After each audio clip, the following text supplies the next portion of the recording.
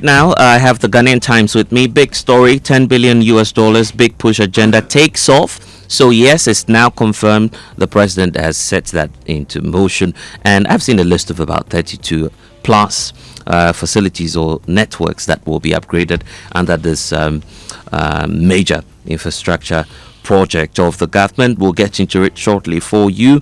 Police fires warning shots. Actually, they're doing that. They were doing that to disperse rioting. Tamale teaching. I think is the Tamale University. I believe Technical University. Actually, the students there were planning a demonstration, I believe, and it's the reason for which the police was then called in to restore calm on campus. 5 dead in Wakrom Junction Road crash. That is also a story that you'd find when you grab a copy of the Ghanaian Times this morning. Now, if you go to the Ghanaian publisher, Ghana faces a $1 billion arbitration over Bogoso Prestia mine indecision. That story comes with a photo of Emmanuel Akufo-Addo, the Minister for Lands and Natural Resources. If you go to Tamale, NPP blast police over tattoo students' brutality. That's the Tamale Technical University students' brutality. And Asiedun Ketia Fuels 2028 bid. It's also on the front page. And Gold Board bus smugglers places 1 million Ghana cedi bounty on 4 suspects.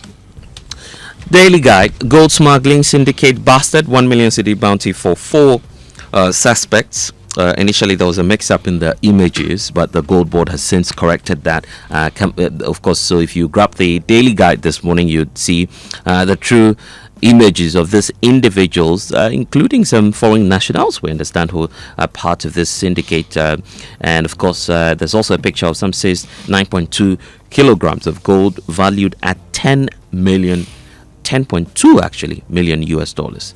That's a lot of gold. That's a lot of gold, actually. And so, yeah, the Gold Board has done some work on that. There's also talk about a lot more in the sector when it comes to lands and natural resources, because the Bogoso Prestia mine, there's some risk. Ghana risk a $1 billion US dollar arbitration over some issues on that concession. Then the Catholic bishops is also being spoken about on the front page of the Daily Guide this morning. Declare state of emergency on Galamsey. That's the pressure coming through from the Catholic bishops conference. So my lords are very concerned about that. And Educhum targeted for smear campaign. So that's according to his spokesperson. And in fact, speaking about Dr. Educhum himself, he's been granting an interview with Evans Spencer on PM Express, speaking about why he's interested in being number 1 and not being number 2, actually. Maybe he's taking some lessons from the Speaker of Parliament. Kujo, what's your number anyway? Kujo, do you know your number? Oh, I think you have to go through several million. Several million before you get to me. Oh my goodness, yeah. Now, the Catholic bishops are on the front page of the news center. The headline says, Mahomet's response to Galamsey unsatisfactory. This is the Catholic bishop speaking. Mahama launches big push to benefit every region. And 100 million Ghana cedi gold cartel busted, 3 nabbed, 1 million Ghana cedi bounty for 4 suspects on the run. And EcoBank hands over 500,000 Ghana cedi modern refurbished health center for to Dawinya North. MTN Foundation also, there's this article that says that their models offer blueprints for youth empowerment. Looks like the Ghanaian Point has an interesting one, probably in response, I believe, to the concerns of the Catholic bishops, because there's a story here on the front page of the Ghanaian Point. It says 11 regions, 4 million people risk state of emergency. Let national security handle this. That's according to President Mahama. So Kujo, looks like your question is getting a lot of answers now. We're just waiting to see if those military camps will be set up as soon as possible, because that's the demand of the nation. Gold Board, please place 1 million Ghana cedi's bounty on a gold smuggling suspect. There are actually more than one, so a number of individuals actually with their pictures earlier, which I was speaking about on the front page of the Daily Guide. There's also this cost of winning Ghana's presidency is now hitting $200 million US. That's according to CDD Ghana. They are warning that's a threat to our democracy because there's monocracy or vote buying now in our democracy, which of course Professor H. Kwesi Prempeh is concerned about. He's the executive director of CDD Ghana. No region will be left out in big push roads plan. That's according to President Mahama, who's been assuring the people of the Volta region and other parts of the country where he set in motion the big push agenda. NPP to proceed with September 23 protest despite Abronya DC's release, and the party believes that the state or this government is being high-handed when it comes to issues relating to the use of security agencies and coming after individuals believed to be in opposition to government. If you go to the Accra Times, don't build our party from the top. Afoko wants NPP start from the grassroots, and the guardians of be guardians of democracy. Dr. Ayine charges lawyers. There is also a story with a Blackwest photo. He says, "I'm guided by transformative vision." Minister Ablakwa speaks, and the gold ball story is also here on the front page. You'll find that same gold ball story on the front page of the Custodian newspaper. There's also the talk about the Tamale Technical University students clash with police. Some injuries recorded there. We hope that there's calm on campus now. But President Mahama focuses on economic gains, not Galamsey fight. That's the urge from Catholic bishops. So beyond the call for a state of emergency, they would want the president to equally make some gains when it comes to the economy. Akan NDC youth revolt shut down NHIS and NADMO offices. Looks like still yeah, there's pressure. It's September, for the love of God. It's been 9 months since the election. Boys for chop. Anyway, it was an election. It wasn't a coup d'etat. It wasn't a what's it called, an acquisition. Yeah. They didn't buy Ghana. We voted for them. And it's very welcome, unfortunate. boys for chop. Yeah. No, I mean, probably that's what's leading to that. I know, and I'm justification. responding to that. I'm responding to that state of mind. Before right? someone gets me on the wrong side of the law. But anyway, we just hope that whatever the case is, the NDC would, of course, try and engage the youth in their Akan constituency. Then the big story also about Asidu Nketia starting his 2028 presidential bid. Well, I haven't heard from Asidu Nketia on that, but what we've seen so far is some very interesting shots and videos of him posing, and I like the soundtrack. It's a mosquito, the sound it usually makes when it's about to bite you, like the buzzing sound. The buzzing sound, yeah. And then you find Asidu Nketia posing for the cameras. We don't know if that's a clear indication that General Mosquito will be in the race. Let's wait and see. He hasn't said so, right? Yeah, but he's expected to. A lot of people believe he will. That will be a big race between Asidu Nketia and if Julius Debra is also interested, that will be a very big one in the NDC. Yeah, interesting. From General Mosquito to Chairman Mosquito to President Mosquito.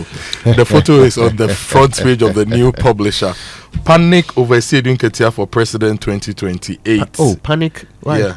According to the publisher, other people who may be interested are now panicking because Asidu Nketia is a big figure in the NDC. In the party, yeah. So that's the angle of the new publisher. Now, bounty on gold smugglers, 4 million Ghana cedis cash for you. Just bring these men. Photos on the front page. University students clash with. How much cash? 4 million. What are you doing after the show? Nothing. Bounty hunting. I'm not a bounty hunter. I cannot. Even for 4 million Ghana. The good boss says that we should come for the money to go and do farming or construction or and then IT. Bounty hunting.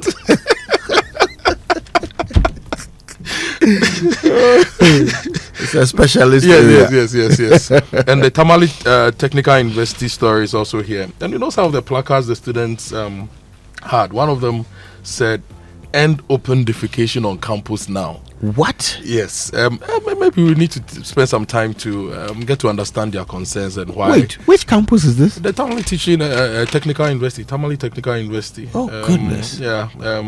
Director of Finance must go. Fixed statue now. end open defecation now, and some other placards. We need to understand their concerns and why they hit the streets yesterday.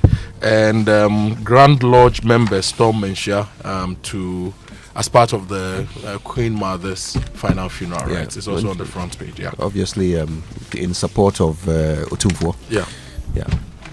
So those are the papers. Anyway, let's get the stories on my John line. Poverty, not cost of living, is Ghana's greatest threat. This is Educhum speaking. I'm not sure I understand that. He says poverty is Ghana's greatest threat, not cost of living. But are they not related? I mean, they are very when related. You talk about cost of living. Yeah. Does when poverty the not cost come of in? living is high and you're also making a lot of money, then maybe that's so. Okay, yeah. Okay. Anyway, let's go to let's get some more stories. BEC more practice expose shows corruption creeping into schools. This is the chief of staff speaking, and the presidency demands a mindset to turn Ghana upside down, says Educhum. Kenneth Ashigbe fires back at EPA deputy over Galamsey bloody bath remarks, and Ghanaians unite to demand cancellation of Israeli Film Festival at Silverbird over Gaza genocide concerns. Auditor General has also recovered 10 million Ghana cedis in unearned salaries, and the CID, we are told, is to prosecute the validation officials. Those are stories on my Joe Online. The big story in the UK today is that Google is going to invest about £5 billion in AI investment in the UK ahead of Trump's visit. And so that is good news for their economy. If you go to the citynewsroom.com, government to station soldiers permanently in 44 Galamsey hotspots, according to Kwachi Ofosu, and public debt rises by 15.8 billion cedis on currency swings, higher domestic borrowing. And there is also the Cement Manufacturers Association saying that the influx of imported cement could undermine Ghana's cement industry. That's also a story there. And Kwachof also says harassment claims against NPP members baseless. Now, if you go to the BNFT website, 24 plus economic drive gains added momentum with $500 million deal.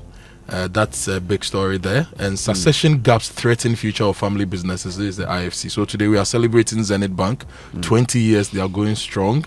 There are a lot of Ghanaian businesses that usually when the founder leaves, exits, then you see that the business is struggling. It's something that we must do for ourselves as a people. Let's build businesses that will outlive the founders. So the IFC says that succession gaps are a threat to family businesses, and we must look out for that. So those are the online stories. Family business is an interesting area of law, actually. Charlotte Osei's law firm specializes in that. And one of the big problems is the fact that businesses don't last beyond their founders, right?